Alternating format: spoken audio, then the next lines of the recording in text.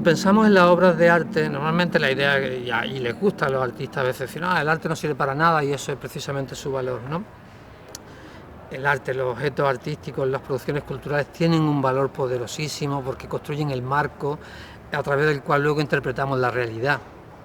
Estamos nosotros lo que vemos, antes lo hemos visto o lo hemos leído o lo hemos oído.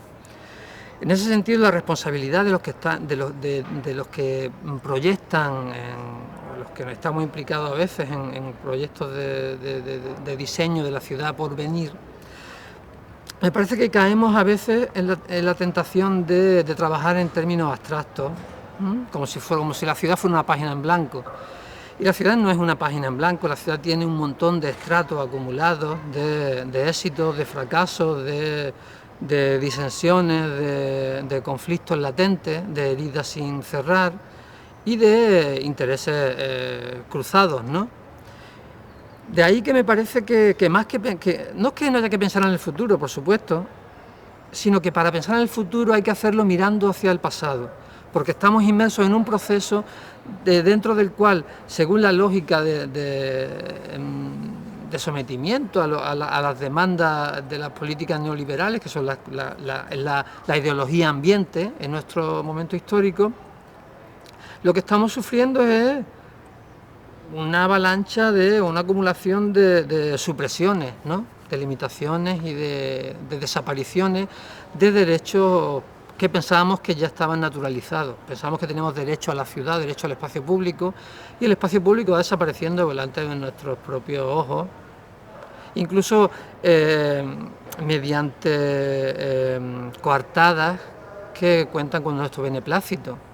Pongo un ejemplo, cuando se anuncia la peatonalización de determinadas zonas de los centros históricos, todos la aplaudimos, y sin tener en cuenta que con muchísima frecuencia eso se concreta en la sustitución de los automóviles aparcados por la invasión de terrazas de cafetería y de bares y de restaurantes. Es decir, el espacio público nunca llega a existir, ¿no? En un momento estaba ocupado, privatizado por los automóviles y después por la explotación de la hostelería, que parece que las necesidades y las demandas de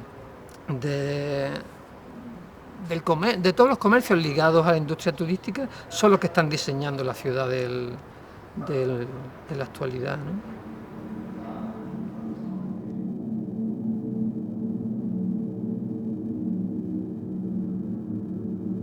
Con frecuencia, cuando pensamos en los productos artísticos, en las obras de arte o en los trabajos de las producciones de diseño, y a veces con fundamento, porque muchas de ellas, y con frecuencia también aquellas a las que los medios le prestan más atención, les tienen más visibilidad, son bastante prescindibles, ¿no? Son bastante juegos, pequeños escándalos, pequeñas provocacioncitas, pero tenemos que tener en cuenta que no hay nada que podamos percibir ni nada que podamos expresar sino a través de la forma. Es decir, en ese sentido la condena que se hace del formalismo me parece peligrosa y gratuita, ¿no? Es decir, todo lo que vamos no solamente a expresar o a percibir, sino los modos en los que vamos a habitar, todos son formas. Son formalizaciones, no son en absoluto naturales. Y están cargadas además de ideología, tienen unas intenciones u otras. Y lo que sucede es que normalmente sabemos que la ideología dominante, la ideología ambiente, es la que se produce y reproduce de un modo inconsciente.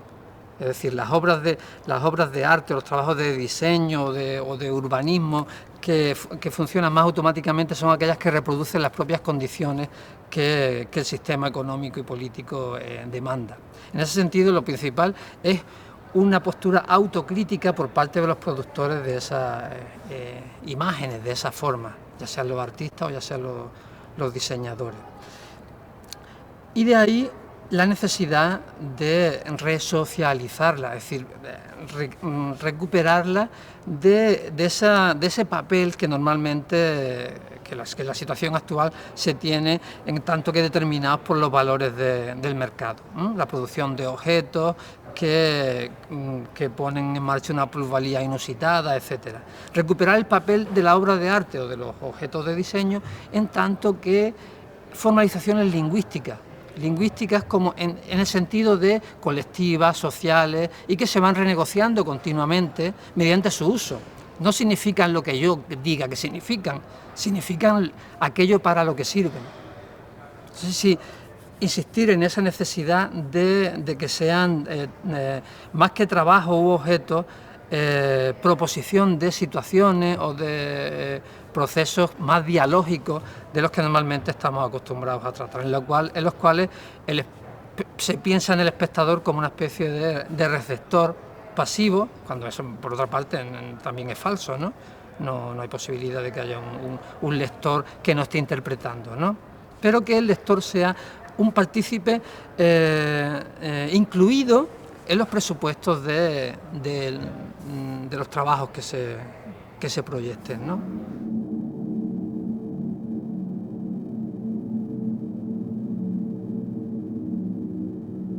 A ver, por ejemplo, cuando en alguna ocasión he estado implicado en un proyecto muy interesante, muy atractivo, porque consistían en la demanda de un monumento, ¿no? Monumentos a las víctimas de la guerra civil, por ejemplo, ¿no? Que es una situación muy interesante porque hay una demanda. Normalmente los artistas están trabajando como ante una especie de vacío en el que nadie les ha pedido nada. Entonces, situaciones tan interesantes son muy difíciles de renunciar a ellas, ¿no? Es decir, por fin una experiencia en la que hay un público implicado y activo. Entonces, a lo que hay que renunciar es a la presentación de un trabajo terminado, de una obra hecha, ante la cual el público receptor, la única opción que tiene es pues, expresar su acuerdo o su desacuerdo, su disgusto o su contento con lo que ha... sino implicarlos en ese proceso.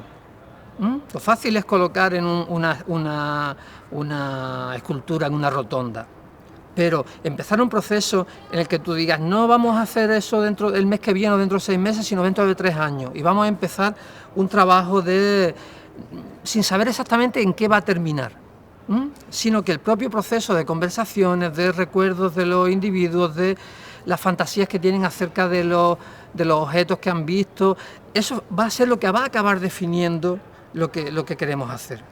Y no solamente me refiero a que tú como artista des forma a esos deseos, como el que está haciendo un encargo comercial, sino que tú te implicas en ese mismo proceso, en un proceso en el que tú has dejado de ser el sujeto creador, por más que tú seas quien finalmente va a hacer la propuesta, sino me refiero a que el trabajo sea más reticular, ¿no? Más abierto, más dialógico, más indeterminado en cuanto a la formalización final.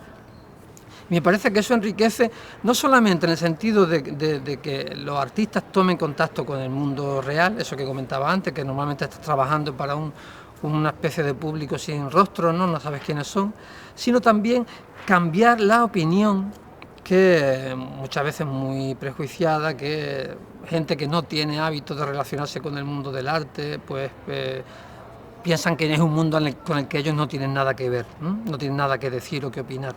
Entonces, provocar esas nuevas situaciones, ¿no? Me parece que aprovechar cada una de las oportunidades para romper esos clichés y romper esos límites en los que nos movemos habitualmente.